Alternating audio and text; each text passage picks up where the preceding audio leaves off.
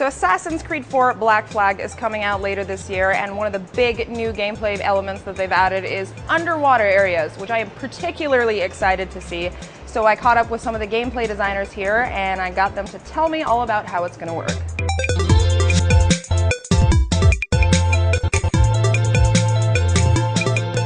It seems like a lot of the gameplay elements from above ground have sort of been incorporated into the underwater gameplay, but in kind of a twist. Can you go into a little bit of detail about that?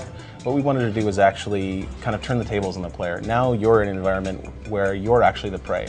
You're an unarmed man in a foreign, dangerous environment where you've got anything from, sharks, moray eels, jellyfish, sea urchins, even just the environment itself with sea currents and the fact that you're just a man, you don't have an oxygen mask. This is set, back in the pirate days, so there weren't any of those technological things that we can rely on to kind of explore these areas. And so we made a conscious choice this time to actually give the player a fairly generous breath meter, so they can explore for quite a while. There's other sources of air underwater, like air pockets and these special tools called air barrels that the crew actually drops down, so you can kind of duck into an air barrel, get a breath of air, and continue exploring.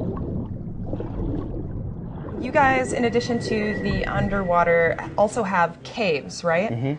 What are those like, and what is, I guess, sort of the purpose of them?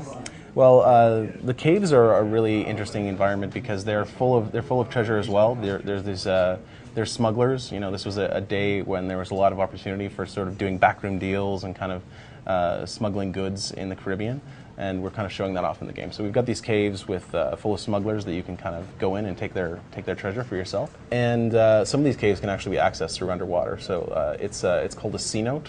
Is the geographical term, and you can actually swim underneath the surface into a cave and then pop out back onto the surface into a cave, go take out some guys, steal their treasure. It seems like you guys have a ton of wildlife in there. Can you give me just like a ballpark estimate of how many species of animal are in this game? You're going to see some very interesting animals, and they're also very dangerous animals, so Edward will have to be very careful during his adventures. There are animals that you don't even want to look at because they're so scary. Because when you're underwater, when you're above land, when you're harpooning, you're the man. You're on your ship, you got your harpoon, boom, you're done. But when you're underwater, you are completely vulnerable. You don't even have a single weapon on you. We strip him off. So how we do it is that we make, for example, the great white shark. We added a little bit more beastliness, if I can say it. Like you add a little bit more blood around the mouth, and then you bring down his brow to make him look fierce. You give him more muscles. Also, from when you put something on screen, you want to make things larger than life. This is what we've done also for the animals. So it's like all of the animals are on steroids, basically, pretty much. The animals you harpoon. Yeah.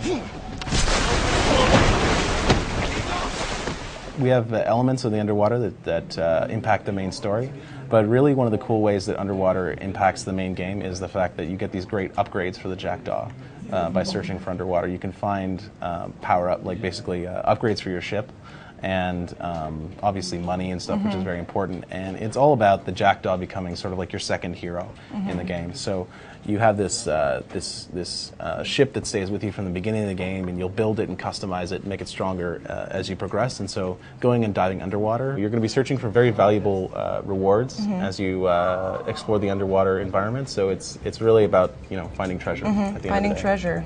That sounds fun. That's what pirates are about, I guess. Thank you so much for speaking with me. Thanks. And I'm going to go talk to somebody else now.